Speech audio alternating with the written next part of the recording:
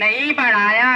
अरे चाचा, ये तो आपकी बड़ी गंदी सोच है कि डॉक्टर, मास्टर और इंजीनियर बनेगा तो खिलाएगा, और हाफिज, मौलवी या मुफ्ती बनेगा तो भूखा मरेगा।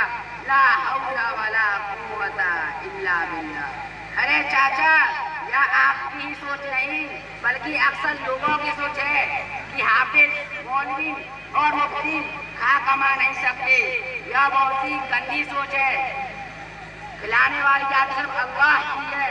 अरे चाचा सुनिए, अगर रोजी का ताल्लुक बिजलियों से होता तो ये अनपढ़ चाहे लोग भूखे मर जाते। कहीं आपने देखा है कि कोई हाफिज, मौलवी या मुफ्ती भूखा मर रहा हो या बेकार घूम रहा हो? बताओ, ऐसी बात है कि नहीं? हाँ मुल्ला जी, तुम्हारी बात तो बिल्कुल ठीक है, मगर क्या करूं? मैं बेटा और मेरे पोते मेरो कहो नामंत, बताओ अब मैं क्या करूं? अरे चाचा सुनिए, अगर आपने अपने बच्चों को मस्जिद या मदरसे में भेजा होता तो वो आपका कहना मानते और आपकी खिदमत भी करते। मगर मदरसों में यही तो बताया जाता है कि माँ के कदमों के नीचे जन्नत है और बाप जन्नत का दरवाजा है। आई बात समझ में चाचा? दोबारा बताऊं? आई तो बेटा कचू कचू बात समझ में। आज के बाद मैं अपने बच्चन ने मस्जिद या मदरसे में पढ़े हुए भेजेंगे। और बेटा आज मैं तौबा कर रहा हूँ कि आज के बाद अपने बच्चों को अल्लाह के रास्ते में भेजेंगे और अपने पोता पोतियों को स्कूल के साथ साथ मस्जिद या मदरसे में पढ़े हुए भेजेंगे। अच्छा बेटा, अब मैं चलतू। जी चाचा जी, ठीक है। अस्सलाम वालेकुम। वालेकुम सलाम। बहुत बढ़िया। इस नाटक से एक ही संदेश आता है, अपने बच्चों को स्कूल खूब भेजो, डॉक्टर बनाओ, इंजीनियर बनाओ, मास्टर बनाओ, मगर कुछ वक्त में सुबह शाम मदरसे भी भेजा करें।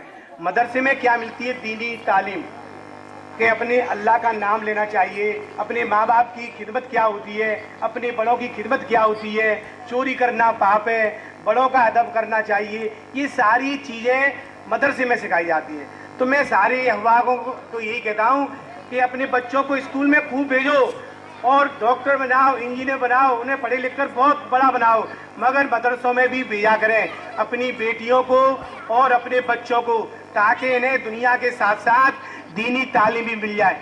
एक किस्सा मुझे याद आता है कि एक माँ बाप ने अपनी मेहनत से अपने बच्चे को इतना पढ़ाया कि वो डॉक्टर बन गया और अपनी बीवी को लेकर डॉक्टरी उसकी अमेरिका में लग गई और वहाँ रहने लगे। और उसकी बूढ़ी माँ अपने भारत में रहती थी, तो वो बूढ़ी बुजुर्ग हो गई, अब 80-90 साल की थी, बड़ी परेशान होती थी। तो एक पड़ोसी ने डॉक्टर साहब को फ़ोन किया कि डॉक्टर साहब, आपकी माँ बड़ी बूढ़ी परेशान होती है, आप इसको ले जाओ अमेरिका या आप आ जाओ। तो उन्होंने वहीं से फरमान कहा, अरे एक नौकर लगा दो, मैं वहीं से उसके महीना पैसे दे दिया करूँगा। तो एक नौकरानी लगा दी। तो नौकरानी होती है। फिर पड़ोसी ने फ़ोन किया कि नौकरानी तो ऐसी ही करती है, डॉक्टर साहब आप आ जाओ, आपकी मम्मी ज़्यादा परेशान रहती है। तो वो दोनों